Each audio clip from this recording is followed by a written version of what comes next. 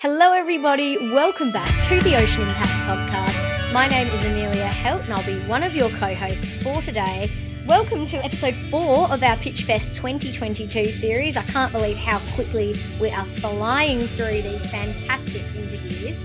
As always, I am joined by the man, the myth, the legend, Tim Silverwood. Tim, how are you going today? Really well, thanks, Amelia, and thank you everyone for tuning in to episode 4. Yeah, we got a great one today. Alexander Dungate, co-founder of OnDeck Fisheries AI, who were the winner of the Sustainable Ocean Harvesting Spotlight Award presented by Austral Fisheries. Tim, it's so great to have partners like Austral on board for Pitchfest to spotlight incredible, innovation like this software, which is groundbreaking in sustainably monitoring catch at sea. Yeah, and I think they must have been absolutely stoked to see Alexander and the OnDeck Fisheries AI team get this accolade because they've been pioneers doing what so many other fisheries should have been doing for a long time.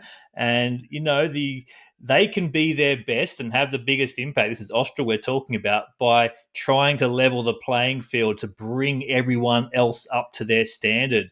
And to do that, we are going to need a wealth of solutions. So love that Alexander, he's young, he's driven, he's passionate, and he's also targeted a wicked problem and developed a very novel solution using AI. So I just can't wait to see Alexander succeed and to see these solutions adopted at scale, because it really can transform what happens at sea. Because as we know, what's out there, despite what the legislation says, it happens where no one can see. So anything that we can do to get eyeballs and vision on what happens out there to make sure people do what they're supposed to be doing is going to be a huge step forward.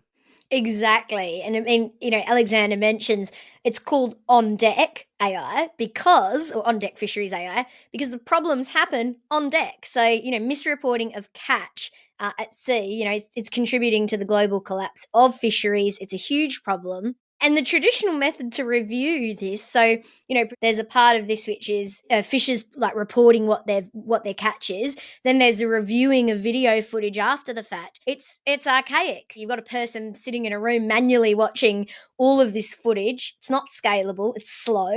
It's expensive because you've got to have people physically doing this. And then enter, on deck with their automated catch monitoring, which makes it faster, more affordable and more scalable too.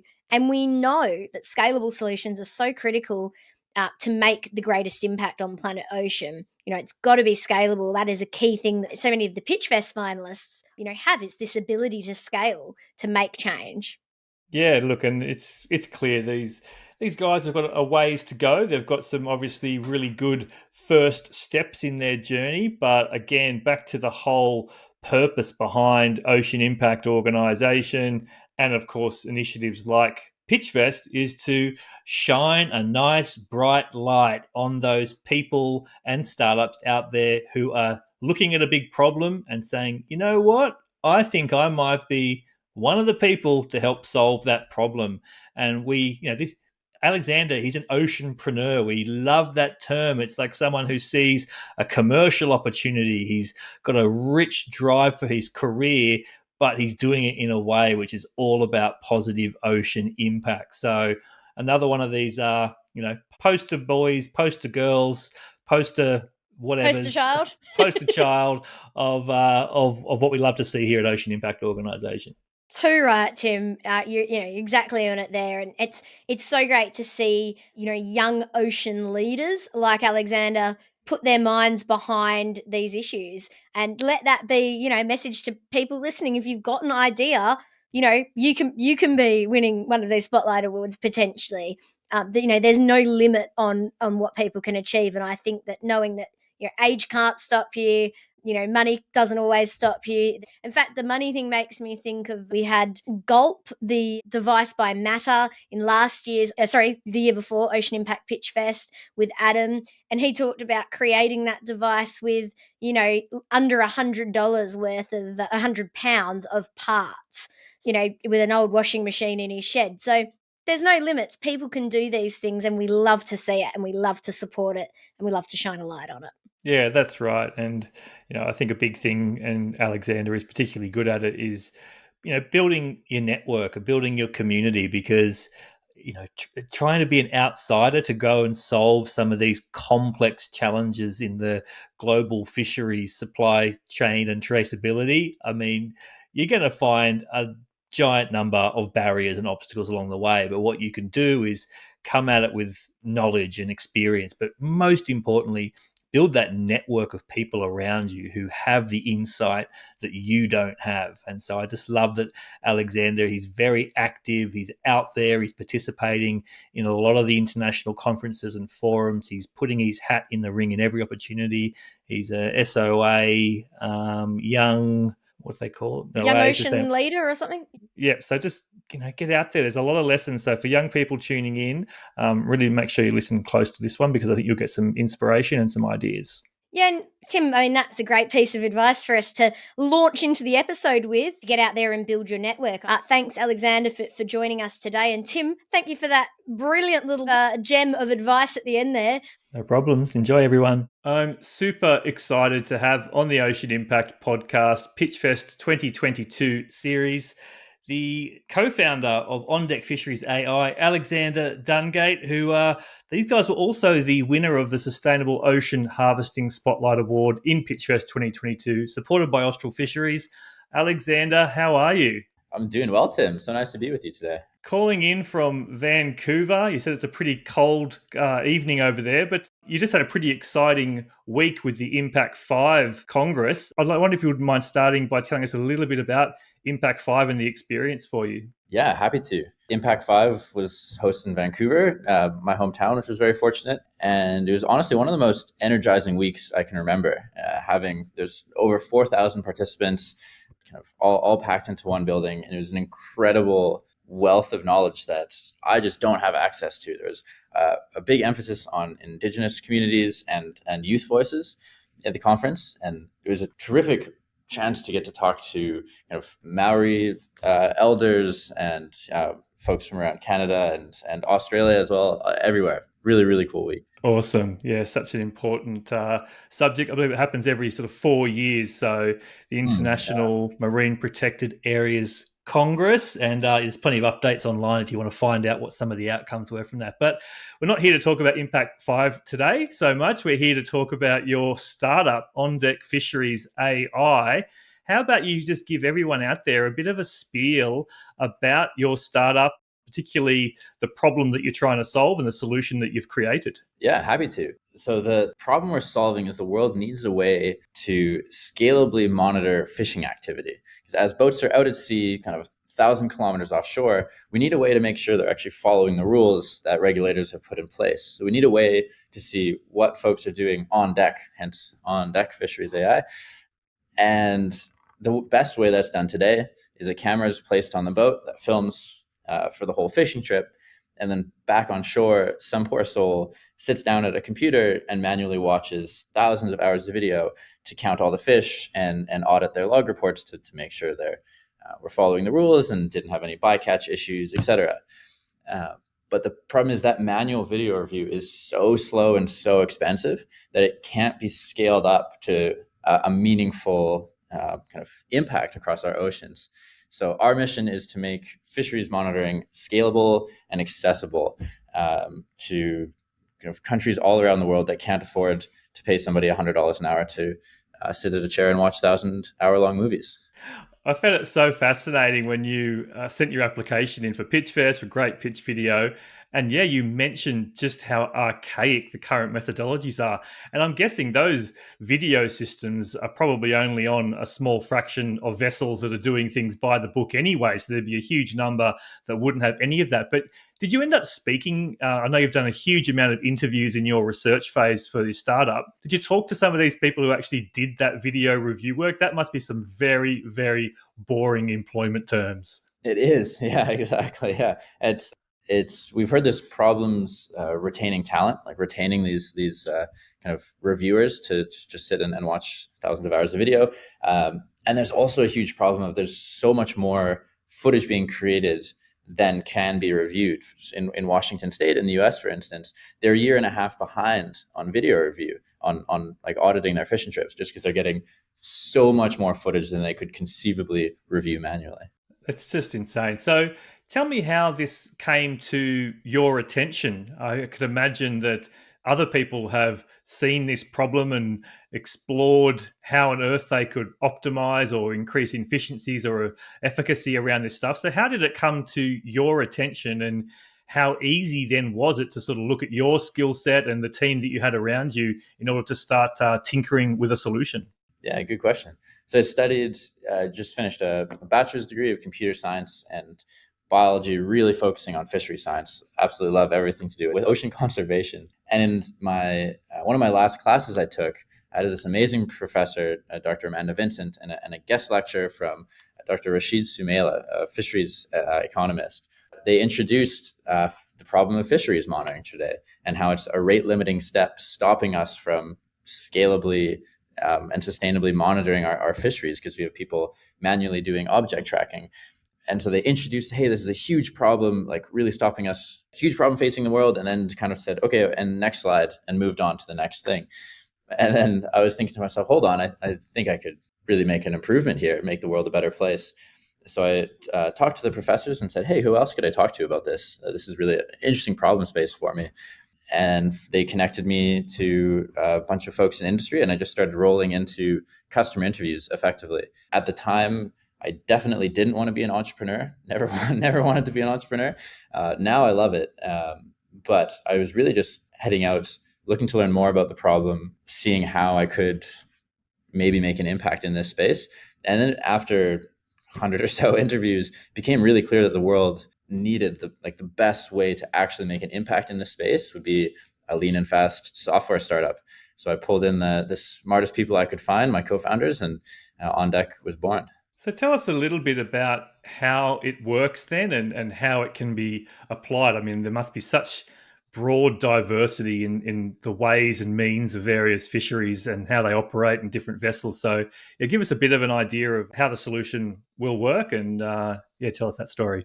That's a great question, Tim. Everyone, and it rarely comes up actually. So I'm glad you mentioned that. People always say, "Oh, great, you can automate it. Case closed." But you're right. There's a lot of variability in the types of fishing, the types of review that need to be done. And so a big value proposition we're bringing to the table is the generalizability of our tools. So to date, there's the technology to count fish in a video has been around for 8, maybe 10 years. But what's stopping it from really being deployed in the world is making it usable, in the sense of making it generalizable so it works on more than one boat, and making it usable in the sense of making sure it's easy for a human to interact with and it really kind of involve in a real world business workflow. Cool. Yeah. So I imagine there's going to be, it's going to need to be impeccable, really, because at the end of the day, if someone does the wrong thing and is caught out using these tools, then it sort of becomes a bit of a legal challenge, I'm guessing, as well then, right? So I'd imagine the bar is going to be set kind of extremely high in how robust the solution will be. Yeah, absolutely. It's a similar situation to self-driving cars, I think, where in most cases around the world, the human observers are only held to a 90% accuracy standard, but any AI automation will be held to a much higher standard, I'm sure. And what's really fascinating about this work we're doing is no one's done it before. No one's actually deployed this in the world. As we're working with governments and fisheries monitoring companies, everyone's trying to figure out, okay, hold on, like what is the threshold? This is a really exciting space, figuring this out with the stakeholders as we go along. Yeah. So who are going to be, your early adopters and your first customers? Are we talking about fisheries operators that are seeing themselves as leaders and pioneers and want to use that as a bit of their USP in the market? Like, who will be your early adopters, or is it really about chasing down those policy changes that'll dictate that the solution simply has to be embedded? How will you approach getting to market? Another good question. These are great, Tim. So what's been fortunate about us, and something that's really energizing about this space, is we've just been flooded with inbound kind of interest from cold emails from anyone from the Australian government to other governments around the world, or fisheries monitoring companies. So our kind of first customers here are anybody who needs to count fish. And so that's either government monitoring agency, or some countries around the world, like Canada, has actually privatized the fisheries monitoring role. So they certify third-party private monitoring companies that go out and install the cameras and kind of put butts in seats to do the review. And in that case, we sell to these monitoring companies. Awesome. Oh, it's so cool, and good on you for recognizing that problem during a lecture, a guest presentation, and then taking the initiative to say, well, you know what, I think I can contribute to solving it, because that's really at the core of, I suppose, what we are so passionate about. It's the individuals, the oceanpreneurs out there who see a problem and think, okay, well, if no one else is solving it, I guess that'll be me. But the key is then to have some fun and make it successful as well. So you're off to a great start. Let's go a little bit deeper into you. What is your real core motivation, I suppose, for getting into this ocean impact innovation landscape? You sort of mentioned it before. It sounded like a bit of an accident, but you must have some core passion that motivates you. Yeah. So I was fortunate enough to grow up on the west coast of Canada, here in Vancouver. It's gorgeous for anybody who hasn't visited the Pacific Northwest. We've got kelp, otters, orca whales, all these beautiful things. And I have my uncle and grandfather were kind of lifelong fishermen, and even known as at-sea observer, doing the manual counting of the fish, and grew up fishing prawns and just hook and line fishing with them. And from a very young age, just had this ingrained love for the ocean. And just for me personally, and seeing the effects of, for example, in front of our cousin's place, we'd go out and fish prawns every summer. And you could see the effects as if the commercial fleet that year decided to put traps in our little bay, then kind of no prawn dinners that summer. And then the next summer, if they decide to fish somewhere else, then like, holy smokes, there's tons of prawns. So kind of grew up really seeing how much fishing effort affects livelihoods. And in my instance, didn't really matter. We could go to the store and buy a sandwich for dinner or something else. But there are a lot of communities in Canada, especially on the west coast of Canada, that are fully and genuinely reliant on fish for their livelihoods and for their food. There's a huge reliance on salmon here on the west coast. And so growing up with both the personal love for the ocean and seeing the genuine real world economic and cultural reliance on fisheries makes it something I'm very passionate to apply my skills and try to make the world a better place in this area. Yeah, and this is the fascinating space around fisheries, and this realization that it simply must be that we improve the way that we do fisheries, because the ocean can provide so much protein for so much of the world's growing population, and we can have that equity, and we can eliminate the waste, and we can get rid of the illegal and unreported and unregulated parts. I mean, we can have a thriving global fisheries, but at the moment it's the Wild West. It's an absolute debacle. I mean, there's definitely places in the world where they've made great positive steps, but overarching, it's a proverbial shit show. So it's again just a really good thing that you've sort of taken it upon yourself as a bit of a pioneer to get in there and make what improvements you can. To add to that, I mean, a quote from one of my professors' research is a third of everything caught at sea is never reported. When you mentioned the Wild West, it's wild. It's like a third of all mines in the world being unreported, under the table, like mining operations. Like it's wild when you compare it to other resource extraction industries. And also, there's 600 million people around the world who rely on fisheries for their livelihood. So it is such a hugely critical industry that I'm curious how it is in Australia, but even in Canada, with such a kind of fisheries-driven economy, many people don't think about it. They love eating fish, but often folks don't even know fish stocks are declining. How is it in Australia? Do you find it a more kind of... Yeah, we have the same challenges. Those people that live in regional locations with a close connection to the local fisheries can have great sort of peace of mind that what they're consuming is localized and therefore subject to more rigorous policy. But in an increasingly globalized commodity market, if you're buying it from a major supermarket or it's coming into your fish and chips store as a frozen product, then that complete, opaque supply chain is right there on your dinner plate. So it's a shocking situation down here as well.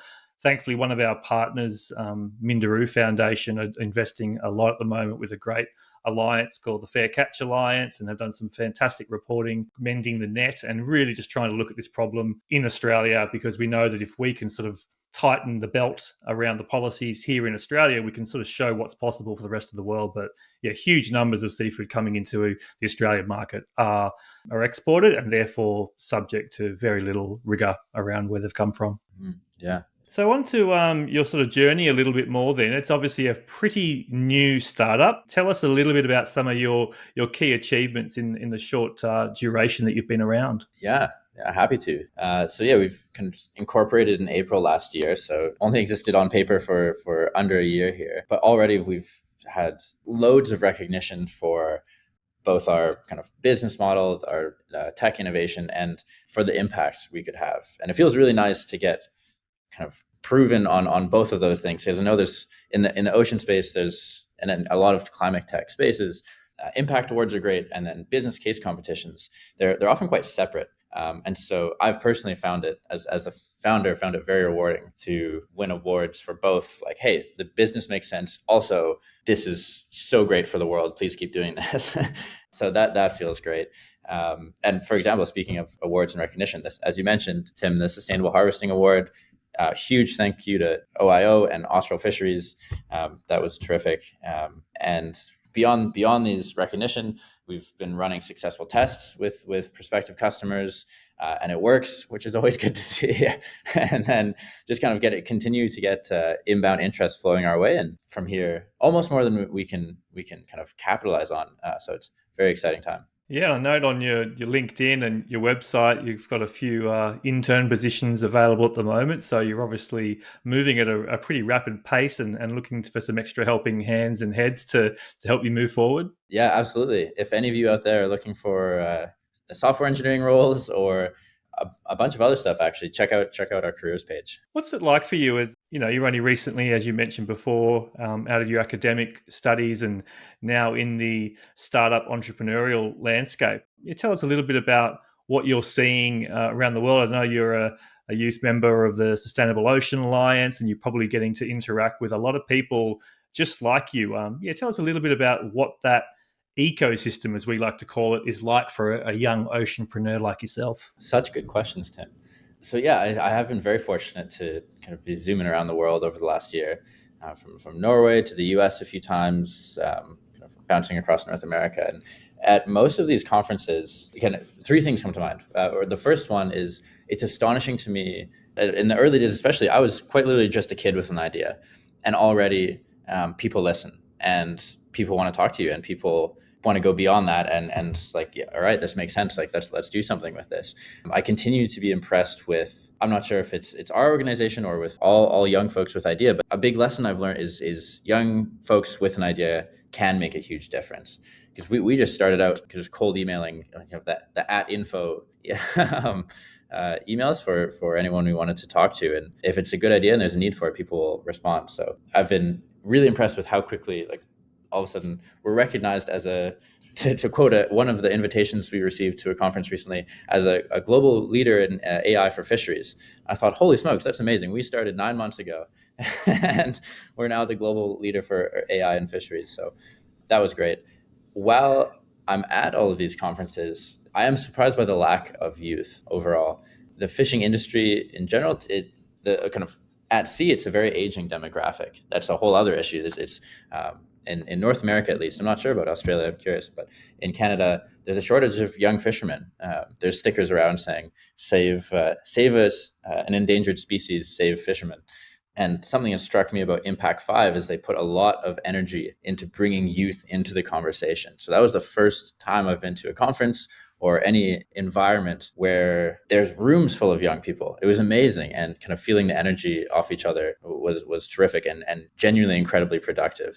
Yeah, I mean, it's what really lights us up, when we think about the future of OIO and the impact that we can make. Of course, it's going to be acknowledging our elders and finding ways and means to ensure that we could service those passionate entrepreneurs and innovators at all ends of the age spectrum. But when you see the tide rising of passionate youth entrepreneurs and people that perhaps maybe like yourself who could have potentially undertaken a career in a more traditional science or government or got into a corporate sector, bucking that trend and saying, well, hang on, what's this whole opportunity around startups? And people can show you the capital that's flowing into these sectors and the case studies of other businesses that are growing very rapidly, because people are quite happy to back the bold entrepreneur. If the idea and the solution can change the game, that's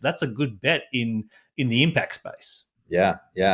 It's something actually. So as you were saying that, it reminded me. I had the opportunity to meet the Prime Minister of Canada, Justin Trudeau, in Halifax earlier this year, and he had a great quote about the importance of youth. He was saying, "Youth are used to huge, monumental changes. Everything in their life is kind of." They're used to their livelihoods getting flipped on their head. So kind of high school to university, huge jump, moving out, huge jump, all these life-changing things that happen all the time. And so his experience, he was saying they're much better at handling change and kind of existing and working in that dynamic environment. And that's something I think I really connected with, because as I'm out talking to these bigger companies that are much more established and have kind of a senior C-suite, especially in the fishing industry, they've been going the same way for a long time, and it works for them so far, except for fisheries are collapsing. But they're not used to huge changes, and what we're doing is completely disrupting the industry. And they're asking for it. They're all saying, like, they're emailing us saying, "Hey, we need this. We want to make this happen," but nobody knows how yet.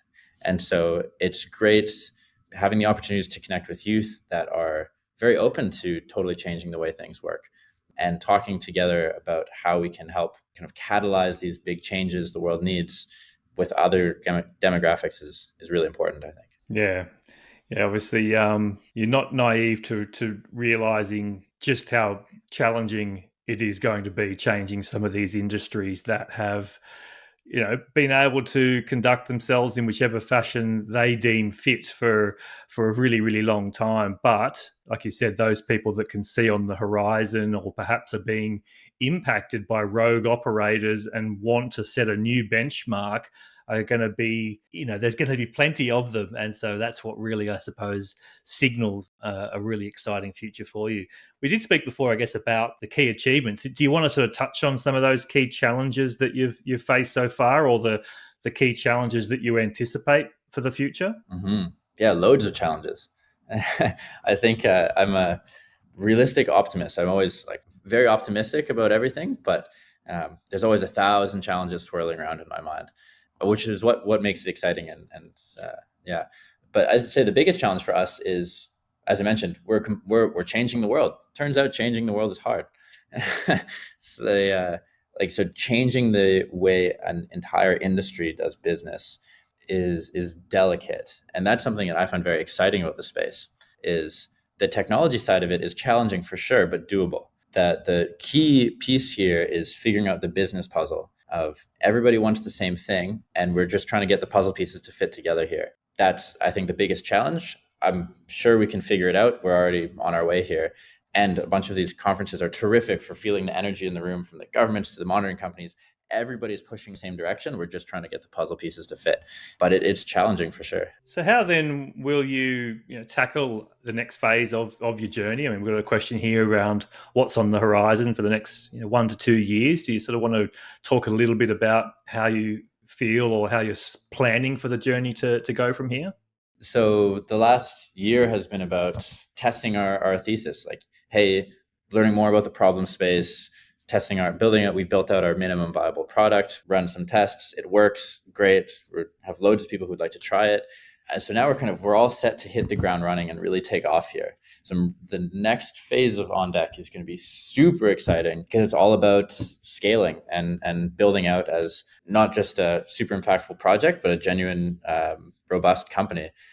We're, as touched on earlier, we're hiring. If anybody listening is looking for a job in an impact software role, and really kind of running a bunch of pilots and getting our first paying customers, getting what we've built out there in the world will be amazing. And we'll be following closely and helping to amplify your good work where we can. What about, obviously back again, acknowledging that you're quite early on in your entrepreneurial journey, but what are some of those key learnings? And it might just be, you're targeting some of your experiences to those younger people out there, perhaps still studying, but have got one eye or both eyes firmly on this idea of being a founder and developing a solution. So, if you wouldn't mind, maybe touching on some key learnings that you could share with people. Yeah. And this is one I'd actually love to hear your 2 cents on, Tim, both as a founder yourself and being in a position of watching so many founders move through this space. Really, really curious. I can answer first here. The first thing that comes to mind is anybody out there, if you have an idea, be realistic about it. Do some research first. Make sure it's something people really need, but go for it. People will listen. Like, a kid with an idea can change the world. It's been wild for us. As I mentioned, 9 months in, already being referred to as the industry leader in AI for fisheries, which miraculously is true, that like a kid with an idea can change the way the world works, which is really cool to learn that lesson. So take that to heart, anybody out there. And I think I was actually, so at Impact 5 last week, I was talking about this question with a bunch of other entrepreneurs, youth entrepreneurs. And we were thinking the most important characteristic of an entrepreneur or a founder would be to know the truth of what you're building. And you have to earn this knowledge. And it's not easy to come by. You really have to put in the groundwork of talking to customers, loads of industry research, all this stuff. But if you truly know the truth of what you're building in terms of a real market need and kind of certainty in that yourself, and it's always changing, you have to keep working at it. But if you know this truth, you can communicate that with anybody, no matter the background, be it kind of the business side, the impact side, skeptics. And I think it is really important for the third thing I would say, which is you have to be really good at taking feedback. People are going to just tear you apart. Maybe sometimes they don't understand the idea or they just have questions. And you need to, if you know the truth of what you're doing, it becomes much easier to be able to kind of learn like very good lessons about kind of any feedback. You have to be very, very resilient and constantly working on that like core truth of what you're building. I like how you've touched on your ones there, but flipped it over and sending it back my way. And really curious. A question that we get to ask of every guest who comes on the Pitchfest series of the podcast. And so there's plenty of examples in the vault of others. But my journey is quite interesting in the sense that the first project I co-founded, Take 3 for the Sea, was one that was built on 110% passion and 0% strategy. Like, it literally just came because we saw a problem and thought it would be a good idea to do something. And I think maybe deep down, I knew that it could grow into something quite significant, but it was never strategically intended to go and become, what could be, I guess, seen as a global movement. You were saying before that at UBC, there's a big push for people out there on coastlines to take their 3 when they're leaving a coastal area, which is very cool. It is. It's alive and strong up here. Yeah. So with that one, I think that was just purely fueled by passion, and that passion really can enable you to ride above all else. I think I loved at that time just that adage around find a job that you love and never work a day in your life. Like, it made all the really, really hard bits much easier because I was just so satisfied with the impact. So I suppose a lesson there would be making sure that you do get a chance to receive and reward yourself with the positive impact that you're making. Like, always have a moment to stop and do a little stock take and receive that, go to the ocean and feel that thanks. Because if you don't fill your cup, then you're just going to burn out and wonder why on earth you're doing it. Coming into, I suppose, the second learning, which is really about what we've done with Ocean Impact Organisation. I mean, it's a much more complicated model. We're building something which really didn't exist.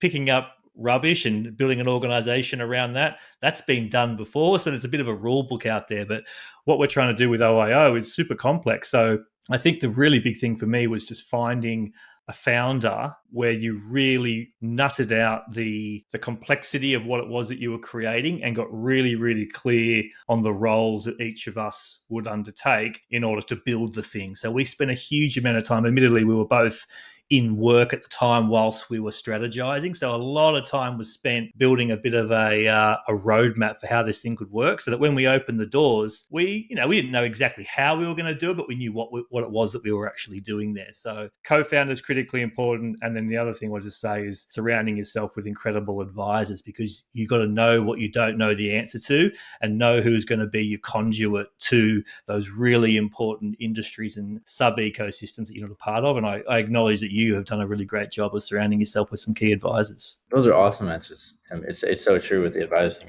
We don't have time. Nobody has time to learn everything again, as whatever Newton's quote of standing on the shoulders of giants. Yeah, and I also really agree with the making sure to take the time to fill yourself up. We have a saying we say it on deck of stay stoked.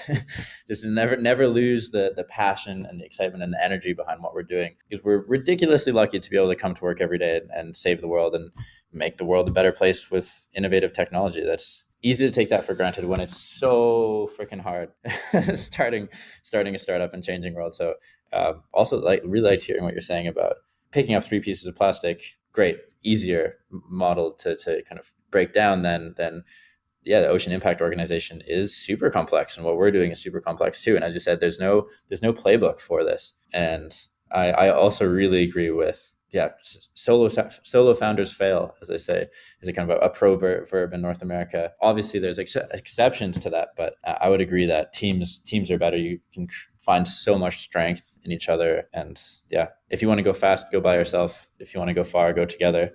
It's another good proverb, and you can just find fast people to run together with.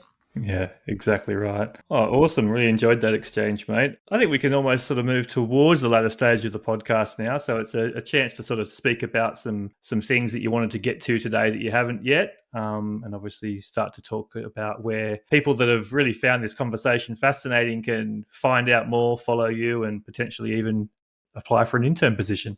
Yes, or full-time. We're hiring full-time now too. Yeah, so we actually touched on all of the key things that I think are nearest and dearest to my heart. This has been fun. If anybody out there is interested in reaching out, you can find OnDeck Fisheries AI on Twitter, LinkedIn. We're starting up on Instagram, anywhere you get your updates. And we are hiring. I'll say that once again. Check out ondeck.fish/careers for some cool roles. And actually, Tim, I do have another question for you. Is what do you find when you're interacting with youth and anybody that engages with this podcast? Do you find questions that they're often curious about following up on, or it's a good question? Nick and I went on another person's podcast yesterday, and they actually do a really good activity where they ask their crowd, to send in things to talk about. And we just had a conversation yesterday going, we really do need to do this. We know we've got this really diverse audience out there who listen and enjoy the podcast, but we haven't really engaged in much community feedback yet. So I just think for me and for people I talk to about it, it really is the diversity in the founder stories. The last podcast I recorded before you was with Ben Stern, who's the founder of Nobo, who were the winner of Pitchfest, and kind of similar in a way, really young guy, 22 years old, but he's been building this business since he was 14. It's just a remarkable story. But the youth stuff is just so inspiring, and I can just imagine the ripples that these episodes send around the world to other people like you and like Ben, who can be the real disruptors of the future if we give them the tools and the support to achieve their greatest impact. Yeah, that's awesome. I was sitting on it at Impact. I was on an intergenerational panel, and the best question from the crowd was from a professor, kind of representing the non-youth part of the intergenerational, was saying hey, we, as you mentioned, we would love to engage with all the innovation coming out of young folks and the huge changes they can bring. How do we do that? And kind of looking for more answers and structures, and they would love to engage. How do we build more bridges here? So I think this podcast is a great step there. Yeah, and obviously, as an organization with such a commitment to see an ecosystem built and to thrive, we will always be looking for ways in which we can support all ends of the spectrum to make their first steps or to, polish the job at the end. So, we've got our ideation program, which is really targeted towards early career ocean professionals who are potentially at that crossroads. There you go, ECOP Canada. That's cool. Yeah, I think it's super important. So yeah, we're always going to be looking at what more we can be doing to support all ends of the spectrum, and we're just loving it. We're having a great time. That's awesome. Yeah, huge fans of OIO and everything you guys do. Well, Alexander, if there's nothing more to say, we'll wrap it up there. And yeah, we thank you again for coming on the show and for submitting a great application to Pitchfest 2022. And it was wonderful to be able to hold you up in the highest of lights with that Spotlight Award and some great recognition. Yeah, thank you, Tim. Thanks for the podcast here. Really nice talking to you. Really enjoyed it. And if anybody out there has any questions about OnDeck or artificial intelligence for fisheries, please feel free to reach out. Love to chat. And yeah, until next time. Thanks so much. Guys, we hope you enjoy this episode. Please leave us a bit of feedback. It really helps us out. If you're listening on Apple Podcasts, you can leave us a review. On Spotify, you can let us know what you loved about the episode. And if you're watching on YouTube, feel free to drop us a comment or hit the like button. It means a lot.